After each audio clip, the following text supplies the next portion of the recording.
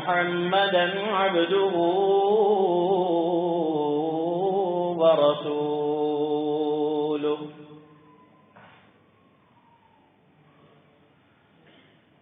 أرسله بالحق بشيرا ونذيرا بين يدي الساعة من يطع الله ورسوله فقد رشد واهتدى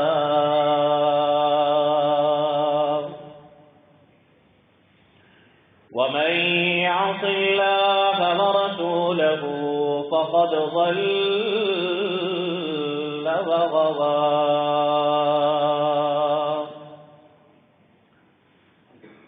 فإنه لا يضر إلا نفسه ولا يضر الله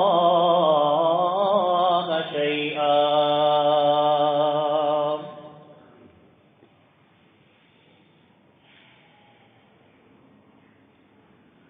اللهم صل على محمد وعلى آل محمد كما صليت على إبراهيم وعلى آل إبراهيم إنك حميد مجيد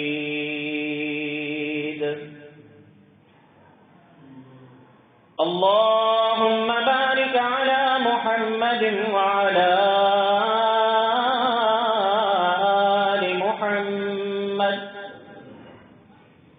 كما باركت على إبراهيم وعلى آل إبراهيم إنك حميد مجيد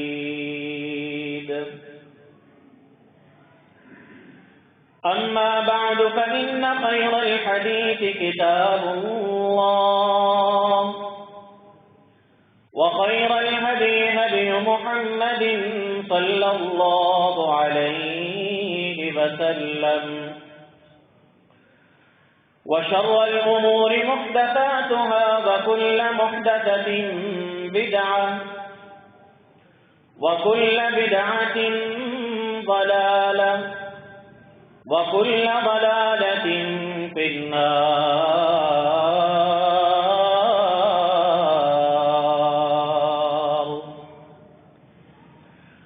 رب اشرح لي صدري ويسر لي أمري واحلل عقدة من لساني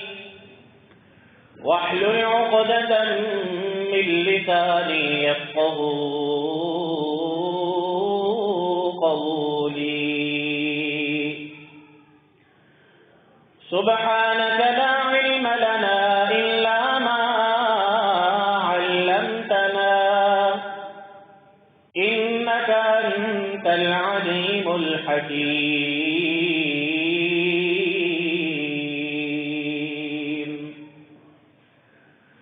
أعوذ بالله السميع العليم من الشيطان الرجيم بسم الله الرحمن الرحيم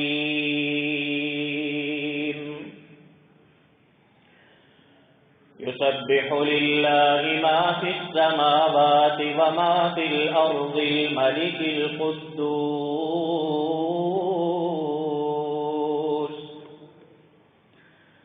الملك القدوس العزيز الحكيم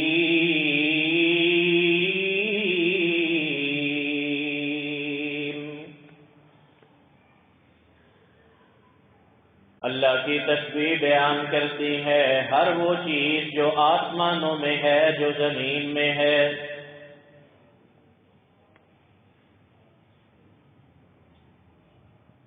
وہی مالک ہے ہر قسم کے عیب سے پاک اور صاف ہے اور اللہ کی ذات ہی غالب ہے اللہ حکمت والے ہیں صدق اللہ مولانا العظیم وصدق رسوله النبی الكریم ونحن على ذلك لمن الشاهدين والشاكرين والحمد لله رب العالمين۔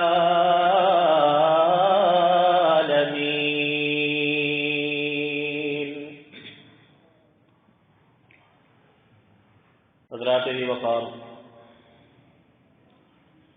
محترم بزرگوں، نوجوان ساتھیوں، گزشتہ خطبہ جمعہ سے سورۃ الجمعہ، اس کی تفسیر اور توضیح،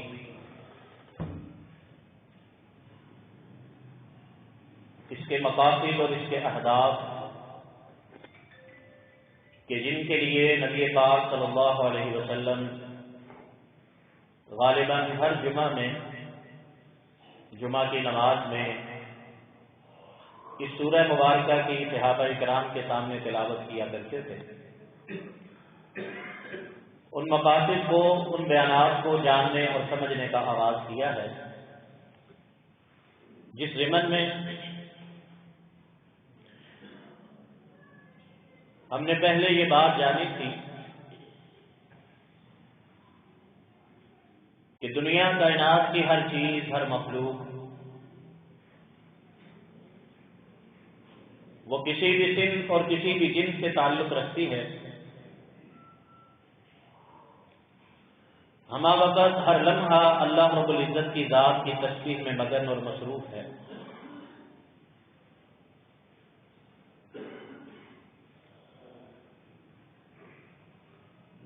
اور یہ تسبیح جس طرح انسان اپنی اپنی بولی اور اپنی اپنی زبان میں اللہ کی کرتے ہیں، اسی طرح یہ مخلوقات بھی، نباتات بھی، جمادات بھی، ہر چیز اللہ رب العزت کی تسبیح اپنی اپنی زبان، اپنی اپنی بولی میں کرتی ہے۔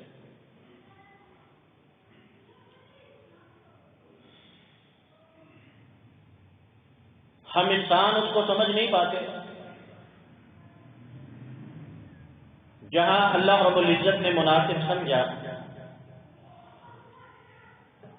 وہاں ان میں سے کچھ مخلوقات کی تسبیح اور اللہ کے ذکر میں مصروفیت کے انداز اللہ رب العزت نے اپنے بندوں کو سنوا دیے اور دکھلا دیے۔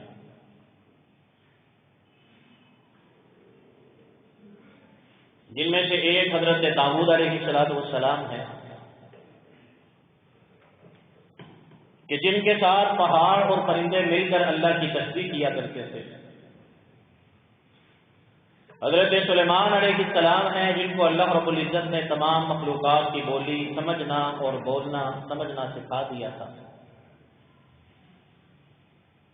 صحابہ کرام رضوان اللہ علیہ مجمعین ہیں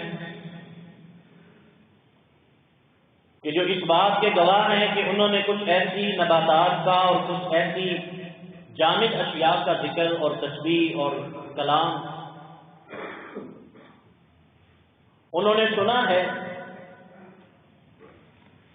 کہ جو اس بات کی دلیل اور ثبوت ہے کہ یہ اشیاء بھی اللہ کی تسبیح قولی طور پر، زبانی طور پر، بول کے، ذکر کے طور پہ جیسے انسان کرتا ہے، ویسے یہ اشیاء بھی اللہ کی تسبیح کرتی ہے۔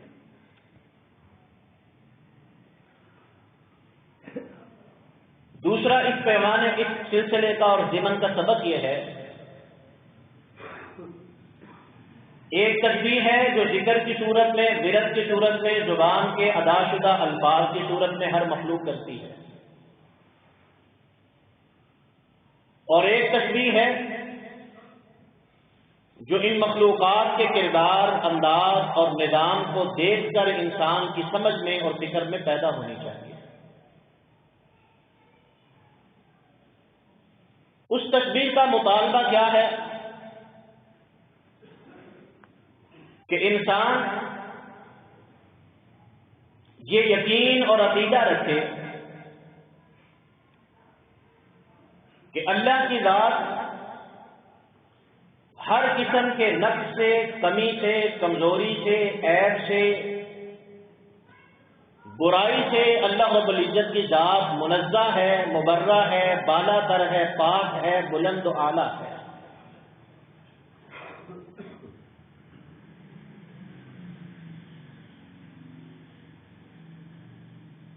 خاص طور پر اللہ رب العزت کا ہر عیب سے اور ہر نقص سے پاک اور صاف ہونا، یہ دو معنی میں انسان کو لازمی سمجھنا چاہیے اور اس کا ہر اپنے زندگی میں آنے والے مرحلہ پر اظہار کرنا چاہیے۔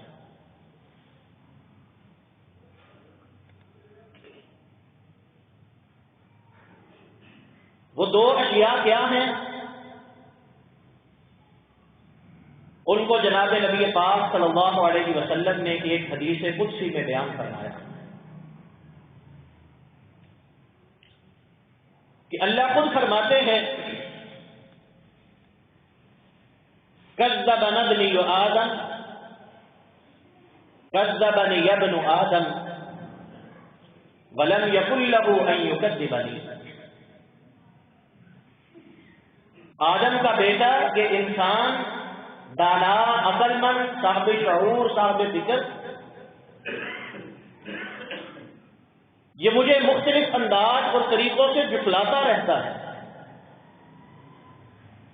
کبھی میری ذات کی تکذیب کرتا ہے، کبھی میرے حق کی تکذیب کرتا ہے۔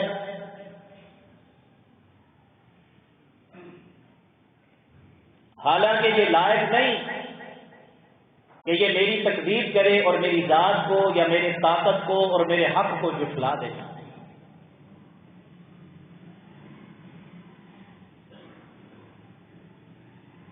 اور اس کے ساتھ دوسرا جملہ فرمایا شتمنی ابن آدم ولم یکن له ان یشتمنی۔ یہ آدم کا بیٹا باوجود اپنی فکر کے، اپنے فہم کے، اپنی سمجھ کے، باوجود اس کے کہ یہ تمام تر مخلوقات سے بالا تر ہے، اشرف و اعلیٰ ہے، یہ مجھے گالی دیتا ہے۔ معاذ اللہ، استغفر اللہ، اللہ محفوظ فرمائے۔ حالانکہ اس کے لائق نہیں، اس کا یہ حق نہیں کہ یہ مجھے گالی دے، کسی کے لائق نہیں۔ اور پھر اللہ نے خود ہی وضاحت بھی فرمائی میری تکذیب کیا ہے۔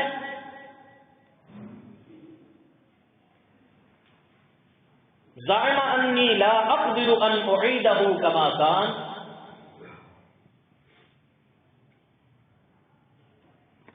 یہ مجھے جھٹلاتا کس انداز سے ہے؟ یہ تصور کرتا ہے کہ جس طرح میں نے اس کو پیدا کیا ہے میں دوبارہ اس کو واپس اٹھانے پہ قادر نہیں۔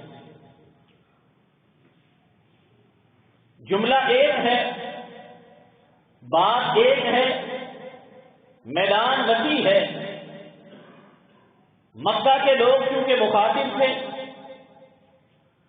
اور وہ سب سے زیادہ جس بات پہ اللہ رب العزت کی طاقت اور قدرت کا انکار کرتے تھے کہ نہیں یہ نہیں ہو سکتا، وہ مرنے کے بعد دوبارہ اٹھائے جانے کا انکار کرتے تھے۔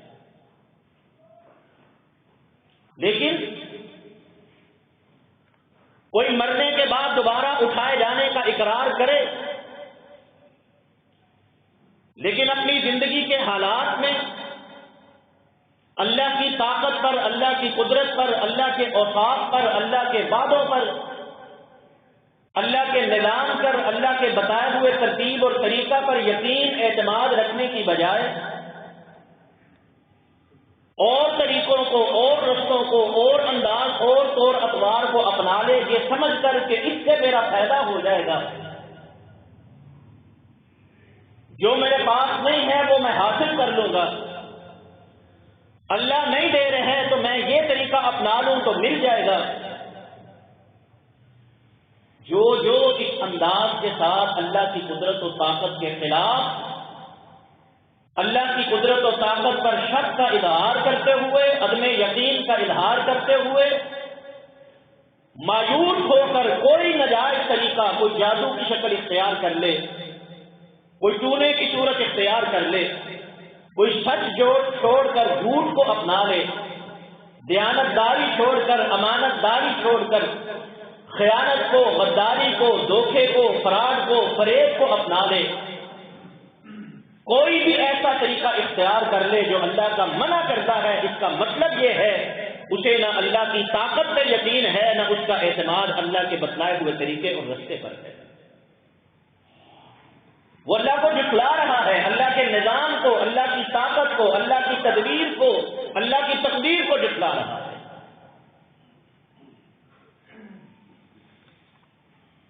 اور دوسری بات کیا ہے جس کو اللہ نے گالی سے تعبیر کیا؟ اس کے لیے جو اللہ نے جملہ استعمال کیا اس میں اولین مخاطب یہودی، عیسائی اور مکہ کے مشرک تھے،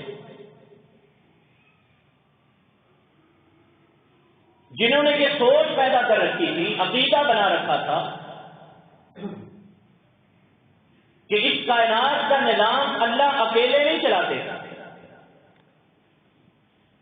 اس کے لیے اللہ نے کچھ دوست چن رکھے ہیں، کچھ محبوب بنا رکھے ہیں، ساتھی بنا رکھے ہیں، کچھ کے ساتھ رشتہ جوڑا ہے، کچھ کو اولاد کا درجہ دیا ہے، بیٹے کا درجہ دیا ہے، بیٹی کا درجہ دیا ہے، بیوی کا درجہ دیا ہے، شفیع اور سفارشی کا درجہ دیا ہے۔ اللہ رب العزت نے اس کائنات کے نظام کو چلانے میں اپنے ساتھ کچھ لوگوں کو جوڑ رکھا ہے، یا کچھ لوگ جڑ جاتے ہیں، ان کا یہ بھی عقیدہ تھا۔ تو اس سوچ اور فکر کو اللہ رب العزت نے گالی سے تعبیر کیا اور فرمایا بنی آدم، اولاد آدم، یہ انسان، یہ عقل مند اور دانا گالی دیتے ہیں مجھے، کیسے؟ یہ میرے بارے میں یہ کہتے ہیں، یہ باتیں بولتے ہیں کہ میں نے اولاد پکڑی ہے، میری کوئی اولاد ہے، میرا کوئی ساتھی ہے، میرا کوئی شریک ہے، میں اکیلا اس نظام کو نہیں چلا پاتا۔ اور یہ اس سوچ اور فکر کی تردید اور رد تھا جس کو اللہ رب العزت نے انہی کے الفاظ میں 23 پارے سورہ صاد میں نقل کیا کہ جب رسول پاک صلی اللہ علیہ وسلم آپ نے جگہ جگہ پر مقام مقام پر کھڑے ہو کر یہ اعلان کرنا شروع کر دیا، یا قوم اعبدوا اللہ ما لکم من الہ غیرہ، اے میری قوم ایک اکیلے اللہ کی عبادت کرو، نظر نیاز اسی کے لیے کرو، دعائیں التجائیں اسی سے کرو، منت سماجت اسی کی کرو، خوف اور ڈر اسی سے رکھو، امید اور توقع اسی سے وابستہ رکھو، ما لکم من الہ غیرہ، اس ایک اللہ کے علاوہ تمہاری حاجتیں، تمہاری ضرورتیں، تمہاری مناجات، تمہاری دعائیں، تمہاری التجائیں نہ کوئی سننے والا ہے، نہ کوئی قبول کرنے والا ہے، نہ کوئی عطا کرنے والا ہے، نہ کوئی منع کرنے والا ہے، نہ کوئی نفع دینے والا ہے، نہ کوئی نقصان دینے والا ہے، نہ تمہیں مجبوریوں سے نکالنے والا ہے، نہ تمہیں مشکلوں سے آزاد کرنے والا ہے، تمہارا مشکل کشا بھی ایک اللہ ہے، تمہارا حاجت روا بھی ایک اللہ ہے، تمہاری عبادت کے لائق بھی ایک اللہ ہے، تمہاری التجا کے لائق بھی ایک اللہ ہے، ما لکم من الہ غیرہ، اس کے علاوہ تمہارا کوئی الہ، تمہارا کوئی معبود نہیں ہے۔ جب یہ آواز نبی پاک صلی اللہ علیہ وسلم نے مکہ کی گلیوں کے اندر، بیت اللہ کے صحن کے اندر، چوک اور چوراہوں کے اندر، ہر مقام ہر جگہ پہ کھڑے ہو کر بلند کرنا شروع کی، مکہ کے لوگ جواباً یہ جملہ بولا کرتے تھے، اجعل الآلہۃ الہا واحدا ان ھذا لشیء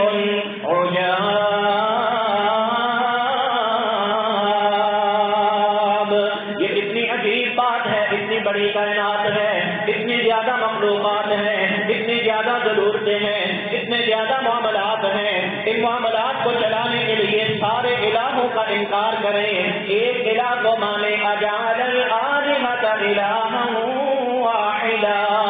یہ پیغمبر تو بڑی عجیب بات کرتے ہیں، یہ محمد کریم صلی اللہ علیہ وسلم تو بڑا عجیب جملہ بولتے ہیں۔ کیا عجیب جملہ ہے؟ یہ کہتے ہیں تمہاری ساری ضرورتوں کے لیے الگ الگ حاجت مند، مشکل کشا، حاجت روا الہ اور داتا چننے کی ضرورت نہیں ہے، تمہاری ساری ضرورتیں پوری کرنے کے لیے ایک اللہ اور الہ ہی کافی ہے۔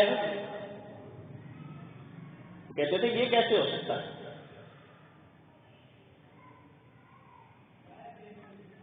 وہ کیا تصور رکھتے تھے؟ وہ سمجھتے تھے کہ یہ جتنے بھی لات، منات، عزا، ہبل یہ اللہ کے مقرب اور محبوب اور پیارے ہیں، یہ ہمارے اور اللہ کے درمیان واسطہ اور وسیلہ اور ذریعہ ہے، یہ ہمارے اللہ کے ہاں سفارشی اور شفاعت کرنے والے ہیں، ہم پر اللہ کا جو بھی کرم ہوتا ہے، جو بھی رحم ہوتا ہے، جو بھی اللہ ہمارے حق میں فیصلہ فرماتے ہیں، وہ انہی کے کہنے پہ اور انہی کی وجہ سے فرماتے ہیں، مگر نہ ہم کون ہیں، ہم کیا ہیں؟ اس کو اللہ رب العزت نے فرمایا جب کوئی بھی قوم، جب کسی بھی طبقہ کے افراد اور کسی بھی علاقہ کے لوگ یہ سمجھنے لگتے ہیں کہ میں نے اپنے نظام کو چلانے کے لیے، اپنے معاملات کو چلانے کے لیے، اپنی مخلوقات کی ضروریات کو پورا کرنے کے لیے، اس کائنات کی باغ دوڑ کو چلانے کے لیے میں نے ساتھی، دوست، پیارے، محبوب، سفارشی، بیوی، بیٹے، بیٹیاں، یہ اپنا ایک پورا ایک نظام اپنے یہ ساتھ متعلقات جوڑ رکھے ہیں، اس وقت بنی آدم مجھے گالی دیتا ہے۔ اور آگے کیا الفاظ فرمائے؟ فرمایا فسبحانی ان اتخذ صاحبۃ او ولدا۔ لوگوں میری بات یاد رکھو، نہ میری قدرت و طاقت کا انکار کرو، نہ میری ذات کے ساتھ کسی اور کو جوڑو اور وابستہ کرو۔ سبحانی سبحانی، میری ذات بلند و بالا ہے اس چیز سے کہ میں اپنا کوئی ساتھی بناؤں، میری ذات اس چیز کی ضرورت محسوس نہیں کرتی، مجھے اس چیز کی ضرورت نہیں ہے میری کوئی بیوی ہو، میرا کوئی سہارا ہو، میرا کوئی ساتھی ہو، میرا کوئی ساتھ معاونت کرنے والا شریک ہو۔ سبحانی، میری ذات پاک ہے، اس لیے سبحان کا معنی یہ ہے جو سبحان ربی الاعلی بولنے والا، جو سبحان ربی العظیم بولنے والا، جو سبحان اللہ بولنے والا، ان دو باتوں کے اندر اپنے آپ کو فرق کرے کہ زندگی کے معاملات کے اندر وہ اللہ کی تدبیر پہ کامل یقین رکھتا ہے کہ حالات کو دیکھ کر اپنی جگہ کو تبدیل کر لیتا ہے، معاملات کو دیکھ کر اپنے طریقے کو بدل لیتا ہے۔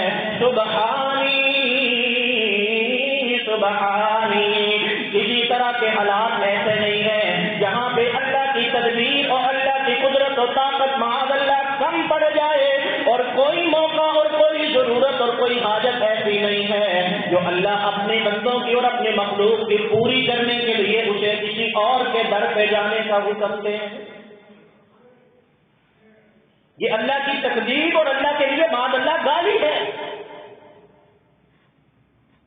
انہی دو چیزوں کو صحیح طریقے سے سمجھنا ہے تو وہ کائنات کا نظام، کائنات کی مخلوقات، پوری کی پوری کائنات، یہ پرندے، یہ درندے، یہ چیونٹیاں، یہ کیڑے، یہ ہوائیں، یہ بادل، یہ سورج، یہ چاند، یہ ستارے، یہ دن اور یہ رات، یہ سردی، یہ گرمی، یہ نباتات، یہ پھول اور یہ پھل، یہ بارش، یہ ساری فضا، ذرا اس پہ تھوڑا سا الگ ہو کر، تنہا ہو کر ایک نظر تو ڈالو اور اس سے سمجھنے کی کوشش تو کرو کہ سبحان کا معنی کیا ہے۔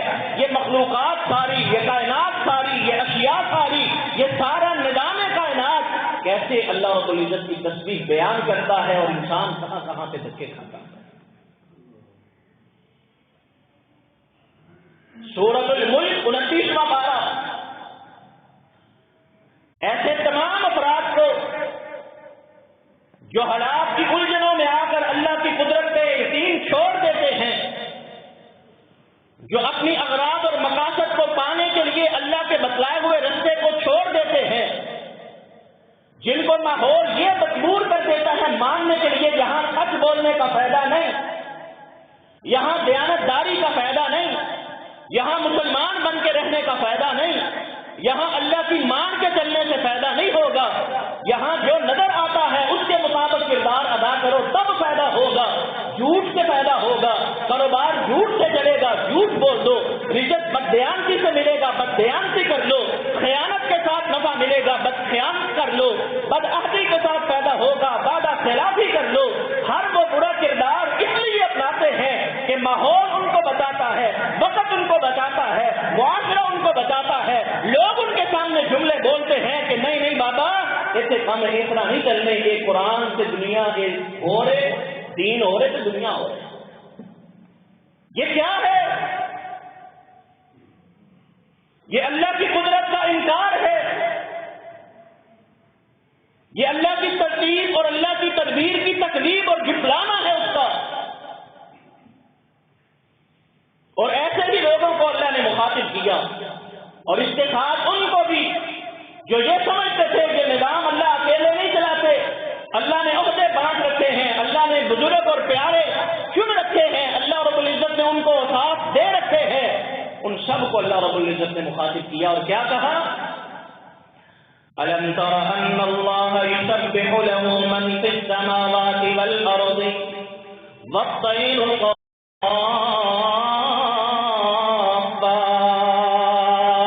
اے انسان, عقل بھی تیرے پاس ہے, فکر بھی تیرے پاس ہے, نظر بھی تیرے پاس ہے, بصیرت بھی تیرے پاس ہے. ساری کائنات اللہ رب العزت نے تیرے لیے پیدا کی ہے. اس ساری کائنات کی ضرورتیں بھی, یہ ساری کائنات مل کر بھی ضرورتیں تیری پوری کرتی ہے. یہ ساری کائنات تجھے سبق بھی دیتی ہے, پیغام بھی دیتی ہے. یہ ساری کائنات کی تمام ترقیاں تیرے لیے اللہ کی طرف سے نشانیاں بھی ہیں, ہدایت اور رہنمائی اور عقیدہ اور فہم اور سمجھ لینے کا ذریعہ بھی ہے. ذرا ان پہ نظر ڈال, ذرا ان پہ غور کر. الم ترا, کیا تو نے نہیں دیکھا, کیا تو نے کبھی غور نہیں کیا, کیا تو نے کبھی سوچا نہیں ہے, کیا تو نے تھوڑا وقت نکال کر ان معاملات پہ تدبر نہیں کیا؟ ان اللہ, اللہ کی ذات کیسی ہے, اللہ اپنی قدرت میں کیسے کامل ہے, اللہ اپنی ذات کے اندر کیسے اکیلے اور تنہا مالک ہیں. یسبح له من فی السماوات والارض. ذرا اندازہ لگانے کی کوشش کرو, نہ پتہ لگانے کی کوشش کرو.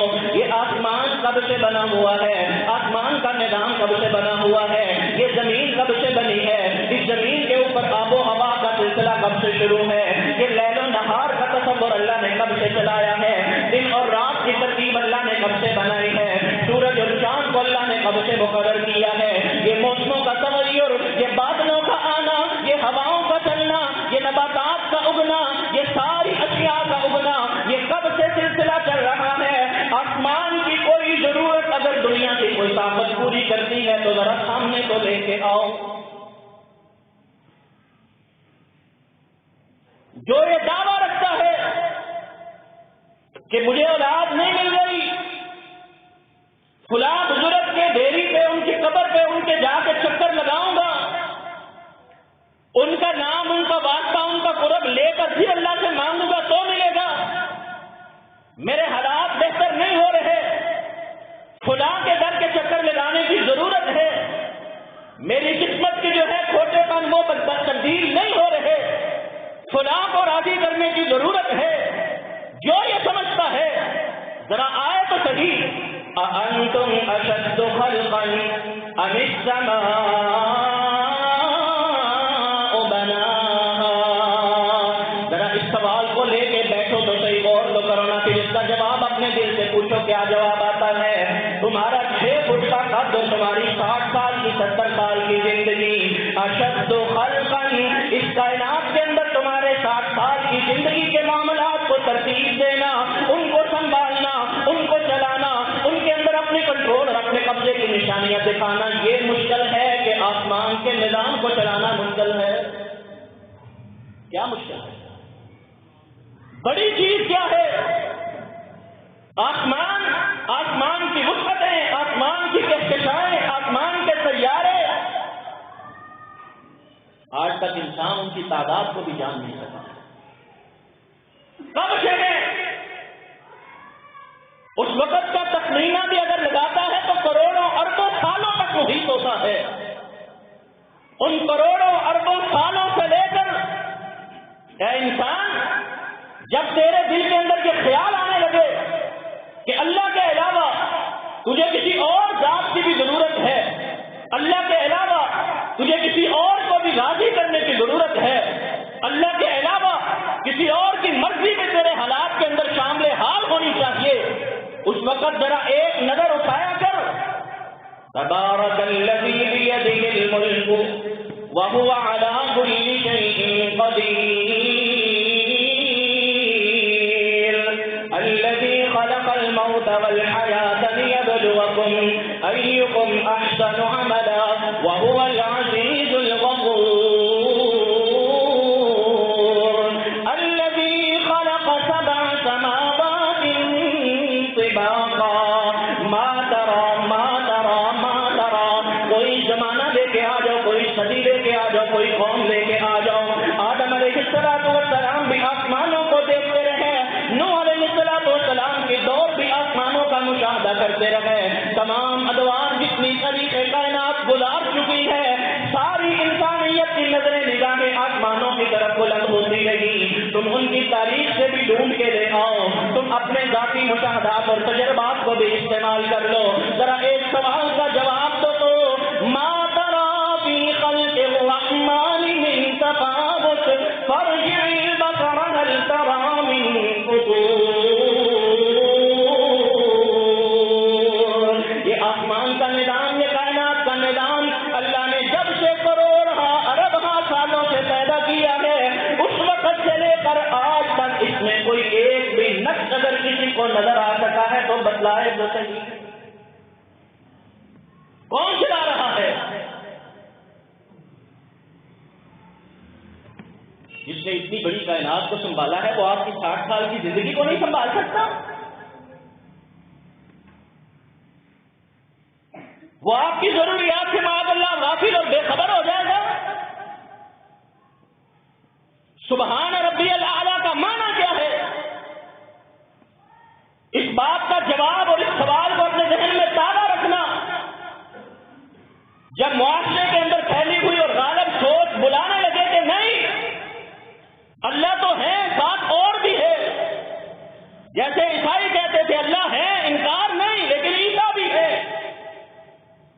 اللہ ہے انکار نہیں لیکن ساتھ مریم علیہ السلام بھی ہے.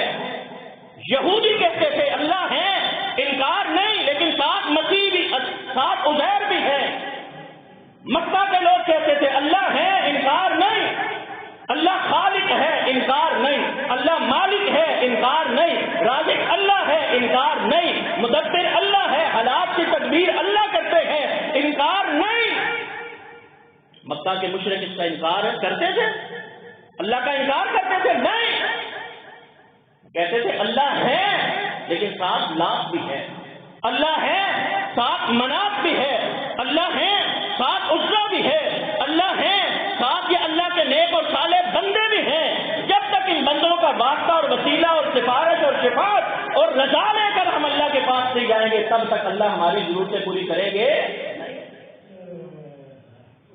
قرآن بڑا بڑا ہے ان آیات سے ان الفاظ.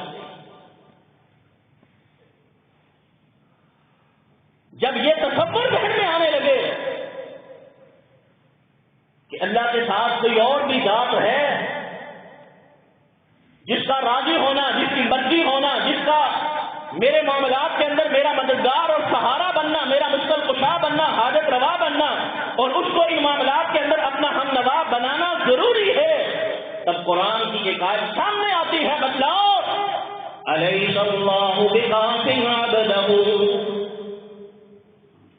الیس اللہ بکاف عبدہ وَيُخَوِّفُونَكَ بِالَّذِينَ مِن دُونِهِ وَمَن يُضْلِلِ اللَّهُ فَمَا لَهُ مِنْ هَادٍ. یہی مکہ کے لوگ جب انہوں نے پکارا، انہوں نے رسول اللہ کی دعوت کے پکار میں یہ آواز بلند کی کہ ہاں اللہ کا انکار کب ہے، لیکن ساتھ اوروں کو بھی تو ماننا ضروری ہے، ساتھ اوروں سے بھی تو مانگنا ضروری ہے، ساتھ اوروں کو بھی تو راضی رکھنا ضروری ہے. اجعل الآلہۃ الہا واحدا، آپ کہتے وہ ساری ضرورتیں ایک اللہ پوری کرتا ہے، ہم کہتے ہیں کرتا ہے لیکن ساتھ اوروں کو بھی الہ ماننا ضروری ہے. ہم اسی لیے لات کو مانتے ہیں، ہم اسی لیے عزا کو بھی مانتے ہیں، ہم اسی لیے حبل کو بھی مانتے ہیں. ہم نے اسی لیے 360 نیک اور صالح لوگوں کی تصویریں بیت اللہ کے اندر سجا رکھی ہیں. ہم نے اسی لیے تو گھروں کی بیٹھک کے اندر چھوٹے بڑے بت بنا رکھے ہیں. ہم اسی لیے تو سفر پہ نکلتے ہیں اپنے ساتھ چھوٹی چھوٹی مورتیاں اور تصویریں اٹھا کے جاتے ہیں کہ جب تک یہ ہمارے ساتھ نہ ہوں گے اللہ کی مدد ہمارے سامنے حال نہ ہوگی. ان سے اللہ نے کیا سوال کیا؟ الیس اللہ بکاف عبدہ، وہ اللہ کی ذات جو آج تک تمام سیاروں کی، تمام مخلوقات کی، تمام موجودات کی، آسمان کے تمام نظاموں کی ساری ضروریات اور سارے حالات کی ترتیب کو اکیلے چلا رہی ہے، وہ اللہ کی ذات ایک اکیلے انسان کے لیے ناکافی کیوں بن جاتی ہے؟ انسان ایسا ہے کہ اسی کو یہ لگنے لگتا ہے نہیں اور رستہ بھی چاہیے. اسی کا اللہ نے سوال کیا، أَلَمْ تَرَ أَنَّ اللَّهَ يُسَبِّحُ لَهُ مَنْ فِي السَّمَاوَاتِ وَالْأَرْضِ وَالطَّيْرُ صَافَّاتٍ.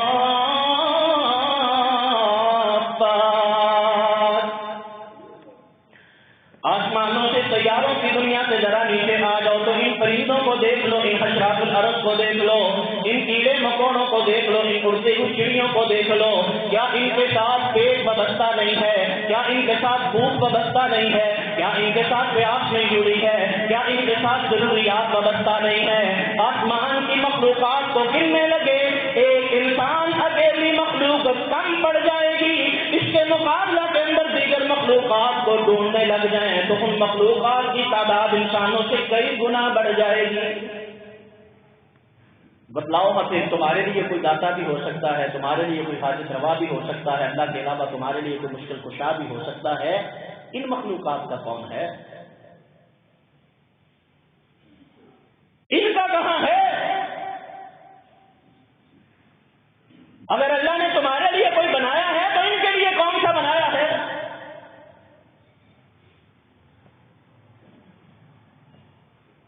ان کی ضرورتیں زیادہ ہیں، تمہاری ضرورتیں زیادہ ہیں. تم میں تو پھر عقل بھی ہے، فہم بھی ہے، فراست بھی ہے، اختیار بھی ہے، طاقت بھی ہے، جد و جہد بھی ہے.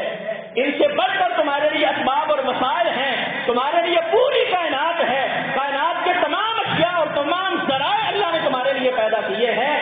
اگر تمہارے لیے اللہ رب العزت کے پیدا کردہ اتنے اسباب بھی کم پڑ جائیں اور تم یہ سوچنے لگ جاؤ کہ نہیں اللہ کے ساتھ اوروں کی بھی ضرورت ہے، تو پھر بتاؤ ان مخلوقات کے لیے کون ہے ضرورتیں پوری کرنے والا؟ اور پھر ذرا ایک اور انداز سے بھی غور کرو. اللہ کے ہاں محترم یہ ہے کہ آپ، اللہ کے ہاں پسندیدہ یہ ہے کہ انسان ہے. اللہ رب العزت کے ہاں قدر و قیمت والے، عزت اور مرتبے والے، مقام اور حیثیت والے یہ زمین آسمان ہے، یہ چرند اور پرند ہیں، یہ درندے اور کیڑے مکوڑے ہیں، یہ انسان ہے. کون ہے؟ اللہ کو 70 ماہ سے زیادہ محبت کس کے ساتھ ہے؟ جس کے ساتھ اللہ کو سب سے زیادہ محبت ہے، اللہ نے اسی کو اپنے در سے دور کرنا ہے. سبحان ربی الاعلیٰ کا پہلا معنی یہ ہے، سبحان ربی الاعلیٰ کی عملی تصویر اور تفسیر یہ ہے. سبحان ربی العظیم پڑھنے کا پہلا تقاضا اور حق یہ ہے کہ انسان اپنے ذہن کے اوپر کبھی بھی یہ تصور غالب نہ آنے دے کہ میری جتنی ضروریات ہیں وہ ایک اکیلے اللہ سے مانگنے اور لینے پہ پوری نہیں ہوں گی. اسی کو حدیث قدسی کے اندر رسول اللہ نے فرمایا، اللہ کہتے ہیں شتمنی ابن آدم کا بیٹا، معاذ آدم نہیں، حضرت آدم کی اولاد آدم یہ انسان یہ مجھے گالی دیتا ہے. گالی کیا ہے؟ یہ کہتا ہے اللہ کے شریک ہیں، اللہ کے ساتھی ہیں، اللہ کے پیارے ہیں، اللہ کی اولاد ہے، اللہ کی بیوی ہے، اللہ کے ہمسر ہیں. کیا کرتے ہیں؟ وہ ہمارے معاملات کو اللہ تک لے کے جاتے ہیں. یہ کہتا ہے ان کی وجہ سے ہم پر اللہ کا کرم ہوتا ہے. حضرت یوسف علیہ السلام لوگوں کو سمجھانے لگے تھے جیل کے اندر سے، اور سوال لے کے آئے تھے 2 قیدی. ان کو سوال کا جواب دینا تھا، تو سب سے پہلے ان کے سامنے ایک سوال رکھا، کہا جواب تمہیں دوں گا، تمہارا کھانا آنے سے پہلے تمہیں جواب مل جائے گا، تمہارے خواب کی تعبیر بتلا دوں گا، لیکن میرا بھی ایک سوال ہے. کیا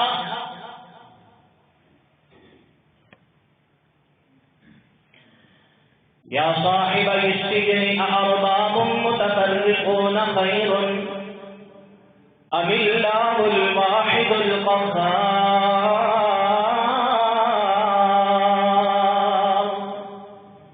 اے میرے قید کے ساتھیوں، میرا ایک سوال ہے، ذرا اس کا جواب تو لے کے آؤ، خود سے غور کرو، فکر کرو، عقل کے گھوڑے دوڑاؤ، ذرا اس کا جواب تلاش کرو، اپنے آپ سے پوچھو کیا سوال ہے؟ أأرباب متفرقون خير أم الله الواحد القهار۔ کیا اپنی الگ الگ ضرورتوں کے لیے اپنا الگ الگ ضرورت مند تلاش کرنا، حاجت روا تلاش کرنا، رب کا معنی کیا ہوتا ہے؟ رب کا معنی یہ ہوتا ہے ہر طرح کے حالات میں ہر طرح کی ضرورت کو پورے طریقے سے عطا کرنے والا۔ کسی انسان کی نگہداشت کر رہا ہے، کسی انسان کی پرورش کر رہا ہے، اس کو جس موقع پر، جس ماحول میں، جس جگہ پر جتنی جس چیز کی ضرورت ہے وہ اسے عطا کرتے ہوئے اسے کامل طور پر اس کی پرورش کر دینا، اس کے تمام پر حالات کی نگرانی کرنا، اس کی تمام پر ضروریات کی نگرانی کرنا، اس کی تمام پر ضروریات کو فراہم کرنا، ان کو پورا کرنا۔ فرمایا أأرباب متفرقون خير، ذرا اپنی ضرورتوں کے لیے ایک کے لیے کسی کے پاس جانا، دوسری کے لیے کسی دوسرے کے پاس جانا، تیسری کے لیے کسی تیسرے کے پاس جانا، چوتھی ضرورت پڑے تو چوتھے کے در پہ جانا، پانچویں پڑے تو پانچویں کے درگاہ کے چکر اور سفر لے کے کرنا۔ أأرباب متفرقون خير أم الله الواحد القهار، یا اپنی تمام ضرورتوں کو ایک ہی اللہ کے سامنے پیش کرتے چلے جانا۔ کون اللہ؟ جس کا تعارف یہ ہے الواحد، الواحد، نہ اس کا کوئی ہمسر ہے، نہ اس کا کوئی ساتھی ہے، نہ اس کا کوئی شریک ہے، نہ اس کی کوئی بیوی ہے، نہ اس کی کوئی اولاد ہے، نہ اس نے اپنے اختیارات کسی کو بانٹ رکھے ہیں، نہ اس نے اپنی مخلوق کی ضروریات کے لیے کسی کی ڈیوٹیاں لگا رکھی ہیں، نہ اس نے اپنی مخلوق کے لیے کسی اور کے دروازے کے چکر لگانے کی تعلیم دے رکھی ہے۔ القہار، اس کا دوسرا تعارف یہ ہے جو کرنا چاہے تو کر لیتا ہے، کوئی اسے روک نہیں سکتا، ہر چیز پہ غالب ہے، قادر ہے، اسے کوئی لاچاری نہیں۔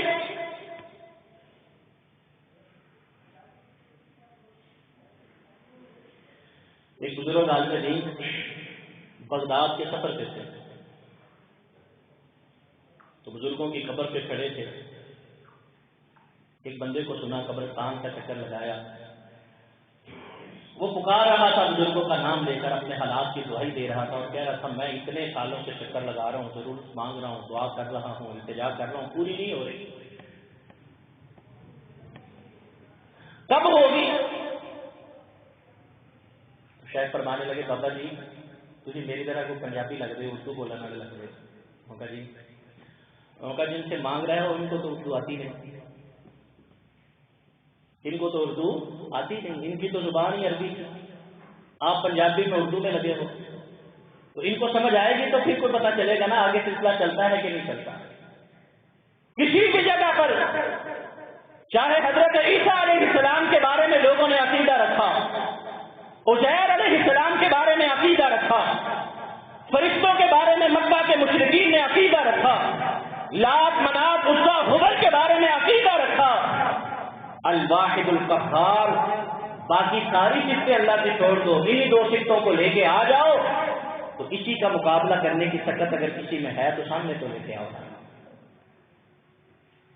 جو ہر طرح کے حالات پہ غالب ہے، جس کا حکم قانون ہر جگہ پہ چلتا ہے، جس کو کوئی مجبور اور لاچار نہیں کر سکتا، جس کو کسی کی اجازت کا انتظار نہیں ہے، جس کو کسی سے پوچھنے کی ضرورت نہیں ہے، جس کے پاس وسائل اسباب کی ضرورت اور قلت موجود نہیں ہے، جو اسباب کا بھی محتاج نہیں ہے، وہ ایک ذات اکیلی اگر ہے تو اللہ کی ہے، وہی اللہ بندوں سے سوال کرتے ہیں، قرآن کے الفاظ ہیں سبحان ربی الاعلیٰ بولنے والا، سبحان ربی العظیم پکارنے والا، اللہ کو سبحان سبحان کہہ کے مناجات کے اندر آوازیں دینے والا، پہلے اس سوال کا جواب لے کے بکاف عبدا، کیا یہ اپنی ساری ضرورتوں کے لیے ایک اللہ کے دربار میں جھک آنا، ایک اللہ کو پکارنا، ایک اللہ سے مانگنا، ایک اللہ کو معبود تسلیم کرنا، ایک اللہ کو حاجت روا مان لینا، ایک اللہ کو مشکل کشا مان لینا، ایک اللہ کو ضروریات پوری کرنے والا مان لینا، ایک اللہ کو داتا مان لینا، اپنے لیے کافی سمجھتا ہے کہ ناکافی سمجھتا ہے؟ کیا سمجھتا ہے؟ کہ اللہ کافی نہیں؟ اس سوال کے بعد آگے بات ختم نہیں ہو جاتی، آگے بات بھی ہے، وہ کیا؟ وَيُخَوِّفُونَكَ بِالَّذِينَ مِن دُونِهِ، مکہ کے لوگ جتنے بھی ارد گرد لوگ تھے جو نبی پاک صلی اللہ علیہ وسلم کی دعوت توحید کے مقابلہ میں اور طرف لے کے جاتے تھے، وہ بھی کام کرتے تھے، کیا کرتے تھے؟ وَيُخَوِّفُونَكَ بِالَّذِينَ مِن دُونِهِ، وہ لوگ ان کے دلوں کے اندر ان کا ڈر پیدا کرتے تھے جو اللہ کے علاوہ انہوں نے کچھ بنا رکھے تھے۔ وہ لوگوں کو کہتے تھے یہ اگر نہ ہوئے تو تمہارے ساتھ کون ہوگا، یہ اگر تمہارے ساتھ نہ ہوئے تمہارے حالات بہتر کیسے ہوں گے، اگر ان کو راضی نہ رکھا، اگر ان کا نام نہ لیا، اگر ان کا وسیلہ نہ ڈالا، اگر ان کا واسطہ نہ دیا، اگر ان کے لیے نظر نیاز نہ کیے، اگر ان کا نام اپنے ساتھ جوڑ کر اللہ کے سامنے نہ رکھا، وَيُخَوِّفُونَكَ بِالَّذِينَ مِن دُونِهِ وَمَن يُضْلِلِ اللَّهُ فَمَا لَهُ مِنْ هَادٍ۔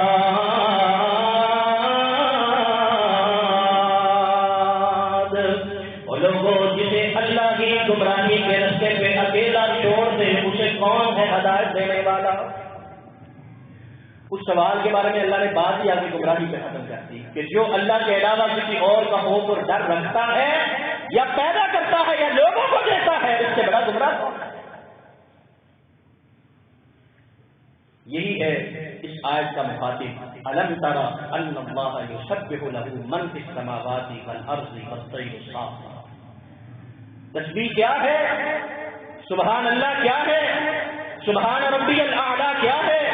سبحان ربی العظیم کیا ہے؟ اس ساری کائنات کی ترتیب اگر دی ہے، اس کو چلانے والی اگر کوئی ذات ہے، اس کو اگر کسی نے بنایا ہے، آسمان اور زمین کا سارا نظام ہے، بتاؤ جب سے چل رہا ہے کسی جگہ پہ کسی چیز کی، سیارے کی، زمین کی، آسمان کی، سورج کی، چاند کی کوئی ضرورت، کوئی ترتیب، کوئی معاملہ آج تک کوئی کمی کی طرف گیا ہے؟ فرجع البصر هل ترى من فطور۔ اللہ کی ذات کا تعارف رکھنا ہے تو اس کائنات سے غور کرو۔ والطیر الصافات، وہ پرندے ہیں، ایسے ایسے ہیں کئی ماہ تک مسلسل پرواز میں رہتے ہیں۔ پڑھ کے دیکھ لیں پرندوں کی خبر، پڑھ کے دیکھ، کئی ماہ تک پرواز میں رہتے ہیں۔ ہم تو نکلے نا یہاں سے سرگودا کی طرف، تو سڑک کا پتہ نہ ہو، موٹر پہ پھنس جائیں تو کئی کی چکر لگاتے رہتے ہیں۔ حالات بورڈ بھی لگے ہیں، میپ بھی موجود ہے، اشارے بھی موجود ہیں، عقل بھی ہے، فہم بھی ہے، فراست بھی ہے۔ ان پرندوں کے لیے ٹریک بنانے والی ذات کون سی ہے؟ ان کو ہزار میل کے سفر میں واپس اپنے ہی گھونسلے تک پہنچانے کا ادراک دینے والی ذات کون سی ہے؟ والطیر الصافات، یہ پرندے اڑتے ہوئے، بیٹھتے ہوئے، یہ سارے پرندے اپنی ساری زندگی گزارتے ہوئے، اپنی اڑانی بھرتے ہوئے، اپنے گھروں سے نکلتے ہوئے، اپنے گھروں کو واپس جاتے ہوئے، یہ رزق کی تلاش میں اڑتے ہوئے، رزق کھاتے ہوئے، یہ چیونٹیاں رزق اکٹھا کرتی ہوئی، گرمیوں کے اندر سردیوں کا جمع کرتی ہوئی، سردیوں کے اندر گرمیوں کا جمع کرتی ہوئی، اناج کے ذرات کو اکٹھا کرنے کے بعد ان کی جڑوں کو کاٹتی ہوئی، یہ ادراک ان کے اندر رکھنے والی ذات کون سی ہے؟ اگر جڑیں نہ کاٹیں گے تو یہ بیج آگے پودے اگانا شروع کر دیں گے۔ کون ہے ان کو سمجھانے والا؟ کیا یہ چیز بتاتی نہیں کہ اللہ کافی ہے، اللہ میں کمی نہیں ہے، اللہ پاک ہے، اللہ بالا تر ہے، اللہ رب العزت اکیلا سارے نظام کو سنبھال رہا ہے، چلا رہا ہے، اکیلے ایک انسان کے علاوہ ایسا تصور کسی اور مخلوق میں ڈھونڈ کے لائیں، کہیں پہ نہیں ملے گا۔ تو انسان کو یہ تصور کس نے سکھایا، کس نے دیا، کہاں پہ آیا؟ اللہ رب العزت کی تسبیح کا سب سے پہلا ہم سے تقاضا یہ ہے سبحان ربی الاعلیٰ سبحان ربی العظیم کا، کہ ہم اللہ رب العزت کی صفات کا کامل ادراک کریں اور کامل یقین رکھیں، اور اس میں کسی قسم کا نقص اور کسی قسم کی کمی اور عیب اللہ رب العزت کی ذات کے ساتھ منسوخ نہ کریں۔ جو ایسی بات کرتا اور کہتا ہے، اللہ کے پیغمبر نے فرمایا، حدیث قدسی ہے، اللہ اپنے الفاظ میں کہتے ہیں شتمنی ابن آدم، آدم کا بیٹا، آدم کی اولاد حضرت انسان مجھے گالی دیتا ہے۔ کیا گالی ہے معاذ اللہ؟ یہودیوں نے کہا عزیر اللہ کے بیٹے ہیں، نظام کائنات چلانے میں ان کو بھی اس درجے پہ ماننا اور رکھنا ضروری ہے۔ عیسائیوں نے کہا عیسیٰ علیہ السلام الہ بھی ہے، بیٹے بھی ہیں، حضرت مریم اللہ کی معاذ اللہ بیوی بھی ہے، الہ بھی ہے۔ اس ساری کائنات کے نظام کے اندر اپنے حالات کے اندر ترتیب اللہ کی لینے میں، رحمت لینے میں عیسیٰ اور الہ ان کا عقیدہ رکھنا، مریم اور الہ کا عقیدہ رکھنا ضروری ہے۔ مشرکین مکہ نے کہا اللہ کو ماننا بھی ہے، اللہ کے سارے اوصاف کو ماننا بھی ہے، لیکن سات لات منات عزا اور ہبل اور 360 جو ہمارے بزرگ ہیں جن کی ہم نے تصویریں بنا رکھی ہیں، ان کو اپنے اور اللہ کے درمیان واسطہ اور ان کو اپنے اور اللہ کے درمیان سفارشی کا عقیدہ رکھنا بھی ضروری ہے۔ سورۃ الزمر ہے 24واں پارہ ہے، دوسری آیت مبارکہ ہے، سورۃ السبا ہے، دوسرا رکوع ہے، اس کی آخری آیات ہے۔ یہی چیزیں اللہ رب العزت نے بیان فرمائی ہیں۔ ان ساری چیزوں کے مقابلہ نے کہا سبحانہ وتعالی عما یشرکون، سبحان کون ہے جس کو نہ عیسیٰ کو بیٹا بنانے کی ضرورت ہے، نہ مریم کو بیوی بنانے کی ضرورت ہے، نہ حضرت عزیر کو بیٹا بنانے کی ضرورت ہے، نہ حضرت عیسیٰ کو الہی اوصاف بنا کے دکھا کے اور دے کے الہ کے طور پہ منوانے کی ضرورت ہے، نہ لات اور منات اور عزا اور 360 بتوں کو شفیع اور سفارشی کے طور پہ منوانے کی ضرورت ہے۔ سبحانہ پاک ہے وہ ذات، وتعالی بلند ہے وہ ذات، عما یشرکون ان تمام سے جن کو بھی وہ اللہ کا ساتھی بناتے ہیں۔ اللہ ہمیں سبحان کا معنی سمجھنے کی توفیق عطا فرمائے۔ اقول قولی ھذا استغفر اللہ لی ولکم ولسائر المسلمین۔